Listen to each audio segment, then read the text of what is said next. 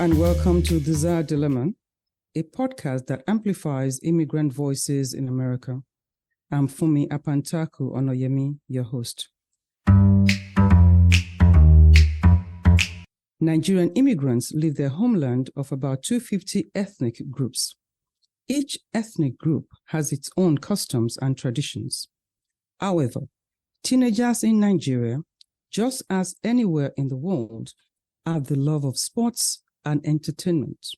While other kids were playing sports and enjoying entertainment, our guest today had a different upbringing. At a very young age, he was an integral part of a family business that put him at work in the wee hours of the morning before going to school, and which he continued after school. UNICEF, the United Nations Children's Fund, estimated that about 160 million children all over the world begin work at early ages. UNICEF concludes that the issues of child labor are complex and that the experiences of children can vary. For our guest today, working with his family at an early age set him on the path of his strong work ethic that made him go above and beyond what's required to accomplish a goal. Today, that work ethic has paid off. He's a nuclear and electrical engineer in the United States. On Desire Dilemma, we'll discuss the desires of Mr. Wawo Ogundele to be in America and the challenges he overcame to become a productive immigrant in America. Mr. Ogundele, first of all, your name is so different. I never met anyone with that name. What is that? How did that come about? Yeah, so the name Wawo is actually one that my father calls me. Most of the time, he's the only one that calls me Wawo. And the name Wawo in Yoruba means come and see. And as the story goes, he named me Wawo because, when I was a child, I would always get into a lot of trouble. And so he would say essentially, Wawo, come and see. So I was telling my mom, come and see what your son has done now. So you came to the U.S. with your mom and siblings to join your dad in Chicago at age 13. What was your childhood like before then? I reflecting back on my childhood, I had a very awesome childhood. I think it was a little complicated before we came to the United States in the fact that, as you mentioned, my mother had a business. And essentially, we were the business between myself, my younger brother, and my uncle. And, so that made upbringing or childhood just a little tougher for us. I mean, obviously, at the time, we thought it was this immense suffering that we were facing. But the reality is the fact that she had that business, it made life a whole lot better for us. We were able to afford certain things that other children in the neighborhood couldn't. But you know what? The experience toughened us because, day in and day out for a number of years, we had to aid in the business and keep it going. That's remarkable. So your dad was in Chicago and you had to go through the immigration process. How was that process? Yeah, being at the time 13 years old, a lot of it was not very visible to me in terms of the immigration process. One of the things that I recall is, my father at some point coming back from the United States for a brief period of time, then returning back to the United States. And then ultimately, I know that in the background, trying to work through, permanent residency for us. Eventually, we had to get the Nigerian passport, and then ultimately ended up taking a trip to Lagos, with little memories that, the sums of money that you have to pay, obviously. And, for me as a child at the time, or at least 13 years old, teenager, a lot of it was not very visible to me. My mother took care of a lot of the paperwork that had to occur. We had to obviously get some medical testing in order to be able to come to the United States. But most of it was not really evident until we were one day at the airport getting to board a plane and leaving for the United States. How did you feel just going outside of Nigeria? A lot of excitement. I would say that excitement and mixed emotion. There was excitement because the anticipation of seeing my father and being with him and not having seen him, consistently, I would say at that point for maybe 7 years or so, and just the anticipation of being in this new environment where, as it would, we all care to admit it, the way that it's portrayed, when you're back in Nigeria is that the United States is this land of opportunity. You kind of imagine the streets of gold, money in the backyard just plucked up. And, obviously my imagination as a young teenager back then, is allowed to run wild and imagine all kinds of things. So, there was that anticipation. There was certainly the comfort of seeing my father after just this long stretch of period of not having been with him. And then I would say a lot of mixed emotion because I was leaving and we were leaving our uncle behind. So my uncle Saji, in the absence of my father, I consider, one of those critical and very, very important individuals in my life in terms of, me coming up. And really the father figure in the house, at the time, he's obviously my uncle, my brother, my mother's brother. And, he played a key role in, just not only the business, but, in terms of, discipline, making sure that I was on the right path. And we were leaving this individual behind. And he was a key member of the family. And that was sad. And, I remember tears, just leaving him. And even, kind of reflecting back at it and thinking about it now, there's a lot of emotion that still resonates with me in terms of, leaving this individual. And, so it was mixed. Obviously the anticipation was great to see my father, but, it was also just leaving that environment was also kind of anxious, if you would, at the time. Wow. Just you describing that is almost making me emotional. But that says a lot about you as a person, to be able to look back and just to remember and to know and recognize and acknowledge the role he played in your life and you leaving him behind. Wow, that must have been very sad, I can imagine. So now you've left Nigeria. You are now in Chicago. What surprised you? I would say the first instance of getting off the plane, the cold was surprising to me. Obviously not something that we were prepared for or anticipated for. Because, our attire, the way that we dressed, we certainly were not we did not have gloves. We wore the traditional, Nigerian attire at the time, which was very light. So getting off of the airplane and getting into this cold environment was not ready for that. And that was very surprising. The other thing that was surprising is, there was no mystery about it. It was just another place, with, pavement and ground and trees and buildings. It wasn't this shock and awe that I was really expecting. So those things were surprising to me. So you want to impress, but what actually impressed you? The one thing that impressed me, actually looking back at it, was my father. My father, obviously after seeing him, he had this, I think it was a 1992 Toyota Camry. It was white. It was very sharp, and, the man himself was still in very good health, just as I remembered him. And I would say, I was impressed, with the car, obviously. It was very clean and, that was very impressive to me. And Toyota Camry is still very impressive, even today. Yeah. I just bought my son a Toyota Camry. So wow. So this is a Toyota family. Yes, it is. Coming into the country in the month of November, obviously you had to join school right away. Describe being in an American school for this first time. Yeah, being in the American school system was certainly different.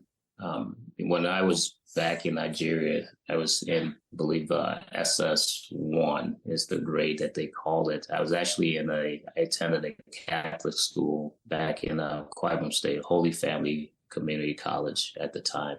The structure was, I wore a uniform.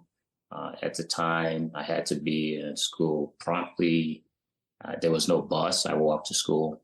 And then, so coming to the American school system, actually starting off in high school, and really the intersection between, because I was technically a freshman, but really going in as a sophomore, which is, another grade higher. It was interesting, and it was an adjustment that I had to make. I didn't have to wear uniform. I had to get on a bus, so I had to wake up early to get on a bus. There were a number of other young people on the bus with me. Some of them were loud, some of them were quiet. So they had all of these different personalities. The bus driver would drop us off. And then, we had to operate by the bell. We had to I had to figure out where my classes were. I had to figure out, I really didn't have any friends at the time. So, I didn't know anybody in the school other than my older sister, who was also in school, but she was in a much higher grade. The way that they operated, the way that they engaged with each other was completely new to me. And so those things I had to ultimately figure out. Now, with regards to the academics, I was actually very good with the academics. I think the preparation from coming from Nigeria was one that was really good. And so I excelled from an academic standpoint. And, that kind of opened the eye of some. And, they thought I was smart, which, really I just had more of an advantage in terms of what was taught in Nigeria and the differences in the educational system. But I had to figure out where I belong ultimately within the school system. Were you challenged by prejudice or drug exposure and lack of friends? Well, I would say definitely lack of friends, because initially, and when I started initially, I didn't know who was a friend. Certainly a lot of people, talked to me because I was much smaller back then, still really not a man of, I don't have a lot of height, but I was much smaller than 13 years old. There are people that spoke to me. Obviously, they recognized because of my accent that I was from, and because of my name that I was from Nigeria. So that was intriguing to some, but it was also interesting because if I would describe it this way, the high school that I attended, a majority of it, as it's known here, are African Americans. I would say 99% of the kids there were African American. And so they had the same skin tone as I did. But interesting enough, I was still different and odd to them, right? So, you heard terms like, oh man, you're from Nigeria, or you're from Africa, do the women out there just run around naked? Do you guys play with lions? And, and like all of these things that I'm like, what are we talking about here? But they were coming off of the experience of what they've seen on either the Discovery Channel, the propaganda that,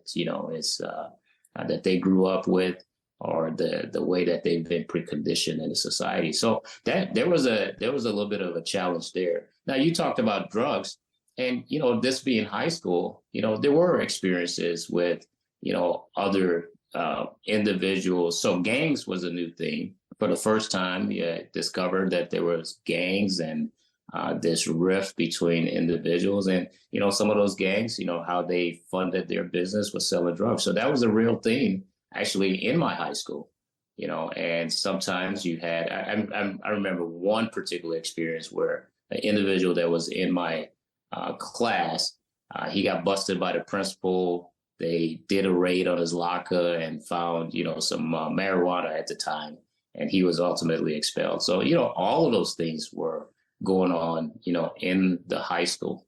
I think I shared with you that my exposure to drugs came about when I went to a party. It was my very first party in the US.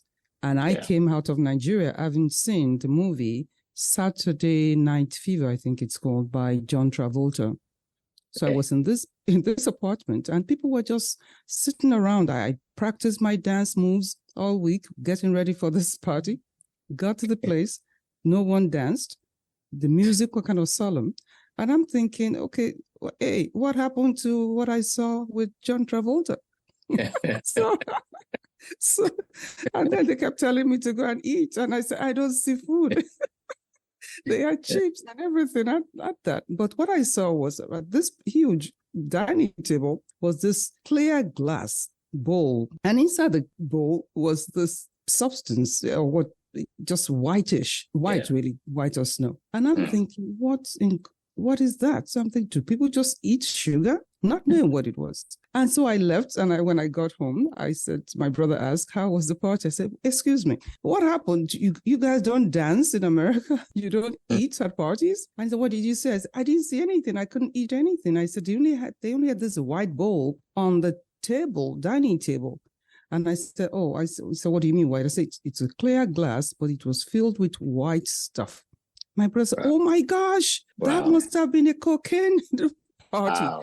I said, what is cocaine? I said, oh my gosh. So from that moment, I'm so glad I'm not that adventurous or curious. So usually I don't touch anything unless I know what it is. So I'm so glad, because we come and we don't know what we get ourselves into, but only by the grace of God, How did you channel your upbringing, the way we've described, to become who you are today, an impressive Nigerian-American nuclear and electrical engineer?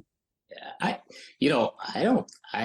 don't think there's really any mystery to it. And when I really boil it down, I go back to the foundation that my parents gave me.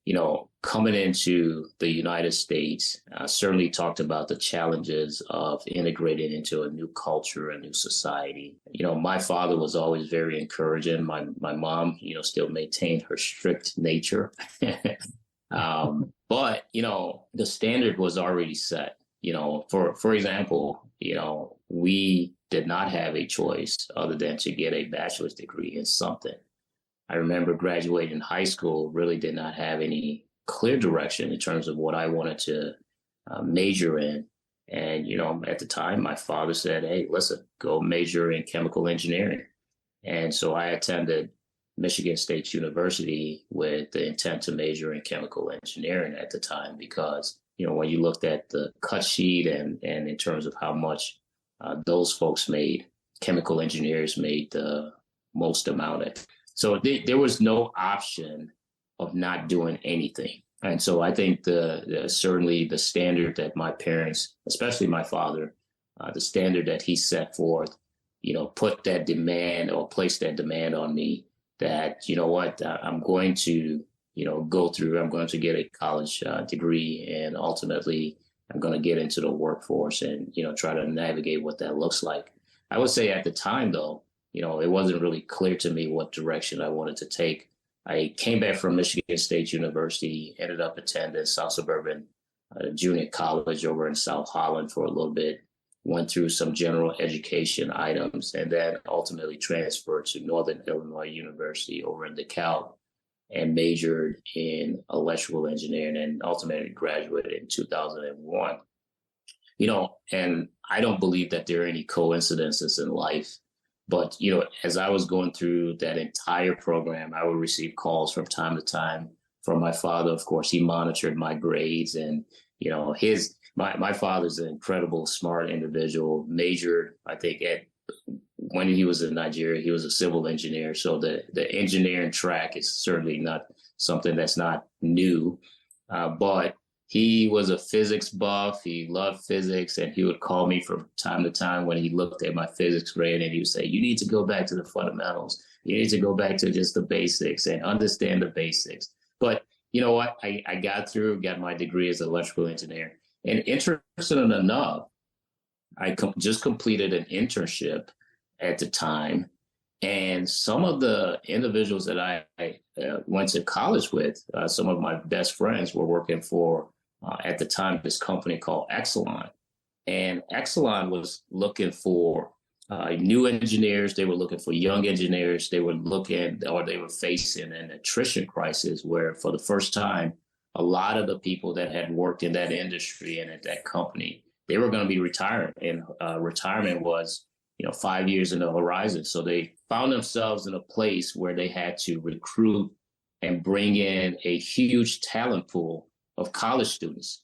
And interesting enough, I never heard about this company. My desire as an electrical engineer was that I would work for one of the big name tech industries, such as Motorola, Lucent Technologies at the time. But one of my friends actually put in a good word for me and told me, hey, apply, put me in touch with the recruiter. And I applied. And you know what? 21 years later, I am still with that company. Congratulations. Yeah. Sounds like quite a story, but just like you said, there are no coincidences in the world. So we thank God for where you are. You have two boys, right? I do. How is raising them different from how you were raised? So I have an 18-year-old and I have a 12-year-old. Raising them certainly in where I was raised back in Nigeria, obviously you had I'll call it in terms of the very tight, close-knit, family structure, right? We didn't see, my grandmother she lived back in Oyo State, which is, was quite a ways from where we were in Akwa Ibom State. But, partly when my parents were living in the United States, I lived with my grandmother for quite some time. So she kind of raised me. One of the differences I would say in raising my boys is, my mother and my father, they live, quite a distance away. They're about an hour away.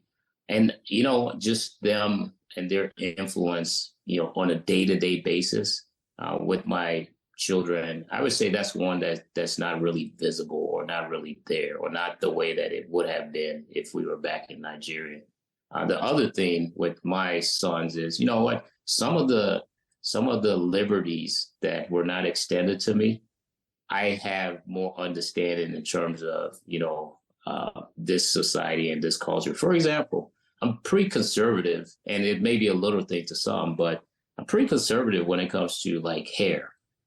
I cut my hair a certain way. I do not have braids or locks or anything like that. And, quite frankly, if I were to get like, braids or locks in my hair, I would be afraid to go home and see my mother or my father because it's not something that, yes, it's a stigma, and it's probably not really a big deal because I'm an adult right now, but it's not something that that they would have let me, explore at the time. My son, he has locks. He grew his hair. That became a source of contention and argument initially because I was trying to steer him towards, more of that conservative side.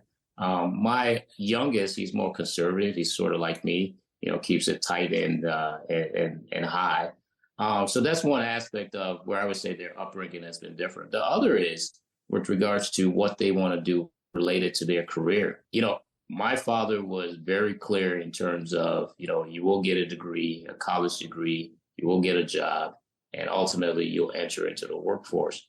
The dynamics, I will say, of this society, given the technology, given some of the available opportunities, has changed. And so I find myself where, I simply said, I'm going to allow my children to, explore their passions a little bit, ultimately discover what they do want to do in terms of what works for them from a career standpoint, and ultimately how they want to shape and live their lives. So I extend, I would say, a little bit of grace in terms of, not being so rigid and not having them or steering them towards just a particular avenue, but, allowing them to explore a little bit more and consider a multitude of options in terms of what they want to do with their careers. So I would say those things are distinct or different in terms of the way that we were raised. I would say the other big thing is, I gave them whoopings, and they may be embarrassed to hear this later on. But what? I thanked them up to a certain age, and after a certain age, it was more of a conversational style in terms of discipline. So discipline is certainly different. I think in the interview, I remember telling you a story where I think I was still 16 or 17. And my mom, she's much shorter than me. But I'm telling you what, once I get in trouble, she's bringing out the cane and she's whooping me. And, that was a little bit different in that there wasn't really an opportunity for us to discuss or discover or challenge, myself, especially when I get in trouble in a way that is more, I would say, that kind of draws the meaning of what did I do or trying to understand it. It was strictly, corporal type punishment. And I would say that's different in terms of the way that I discipline my children as well. Yes, and for one thing, America doesn't even allow us to do too much of that. And in many ways, I think that we're missing something. But then that's really up for discussion. But one day, maybe we'll get it right, because it's always difficult to have that balance when you come from the background the way we did, and then have to adjust to to America's norm. Yes. So Tell me this: are you thinking of ever going back to Nigeria? Oh, absolutely. Absolutely. I think I told you during the interview, I went back to Nigeria after 24 years or so back in 2016. And, I went with my mom, which was special in and of itself. And as we were landing in Lagos, there was a rush of emotion, that came over me in the sense of, this is truly home. I forget the movie, but the statement it's said that there is no place like home. And I'll tell you what, I've always had, even when we came to the United States at 13 years old, I've always had this vision that I want to do something in my homeland that's productive and ultimately elevates people and brings value to their lives. As I was growing up, watching young boys in particular without opportunity and not the opportunities that I had, certainly instilled in me and, a passion that one day I will go back. So, I would say it's really a matter of time. I think I'm well established in the United States. My children, they're getting older. I've been married to my wife for over 19 years at this point. She is an American, so there is some challenges there in terms of her understanding of the culture back there and the things that I would like to do. But certainly, I have a desire to go back home. And sometime next year, I'm actually going back with my parents, where they'll take the opportunity to kind of give us the lay of the land in terms of the things that they have out there, different properties, different, land. And I'm looking at that trip as a way to kind of start that process of transitioning. And, I have an age where I think, in terms of a cutoff where I'm going to start, curtailing some things here in the United States in terms of my career. But ultimately, I do want to go back home. And, for me, I still love Nigeria. There certainly are some things, when you look at it from the Western eye, that you think are backwards, and in terms of the structure, you still kind of disappointed in the way that certain things are. But for me, I don't look at it as anybody. Really, I don't look for anybody in particular or the government to make things right. I think I have an obligation as well. With the opportunities that God has given me, with the parents that He's given me, with the foundation that certainly that they gave me, and the quality of living that I now enjoy in the United States. And I understand that it's much bigger than me, and I do need to go back and contribute to the lives of people in Nigeria. And we pray that what you have in mind will actually come to fruition, just as we know that a lot of young people are now really returning home, and they're making quite a lot of difference. So we thank you very much for your story. And I want to call in Dr. Jones. Dr. Risa Jones, tell us about how you feel that Mr. Ogundele's inspiring story can actually encourage other immigrants to bring out the best in themselves. Yes, there's so much there. And thank you so much for sharing your story. But I think what emerged most was about Dr. Apantaku-Onayemi's dance moves that we'll need to see sometime. But thank you so much for sharing your inspiring story. And like you said, the beautiful foundation that you have in terms of your parents and your uncle and other caring folks. I want to get a sense, as was mentioned, in terms of your experiences, what can help guide others perhaps, because you talked about your childhood as being awesome and complicated, and now raising your own children. I'm curious if you can reflect on your own experience in terms, and then maybe we can translate that into advice for others in terms of navigating the values, expectations, and interactions with your own children as you consider your own background, cultural differences. How did you happen to, what do you use as a gauge to be able to navigate how you interact with your own children, how it might have to adapt based on cultural or system differences, and how can you maybe glean some advice for others in terms of where to look or inside or outside to be able to navigate those differences? Yeah, I would certainly say that the family unit is one that you have to value. You know, I learned that from my parents, and I'll tell you, you know, and certainly there's challenges between husbands and wife, and you know, just a marriage structure. But you know, I've always determined that I would make sure that my young boys understand, you know, where their father stand in terms of his, you know, his standards, his love for them. You know, I get regular opportunities, and I take the time to, you know, share with them my experiences. You know, they get sick and tired of the stories that I tell them, but a lot of the stories are from my childhood. A lot of the stories are recollecting those moments where, you know, my father gave me some advice, or, you know, my mother in terms of where we were working. So I would say it cannot neglect the family structure. There is an interesting thing, I would say, in the United States culture or Western culture where there's the assertion of independence. And, you know, you often hear, I'm going to kick my children out when they're 18 years old and they can go do their own thing.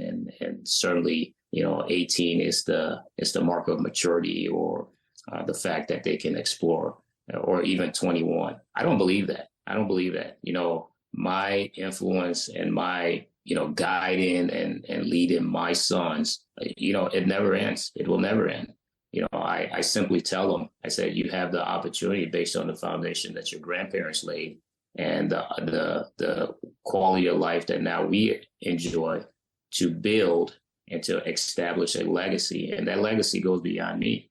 You know, certainly when you look at my father, and I always consider my father a visionary, you know, he thought way ahead and really could not really see, you know, what that looked like. He just took a chance, right?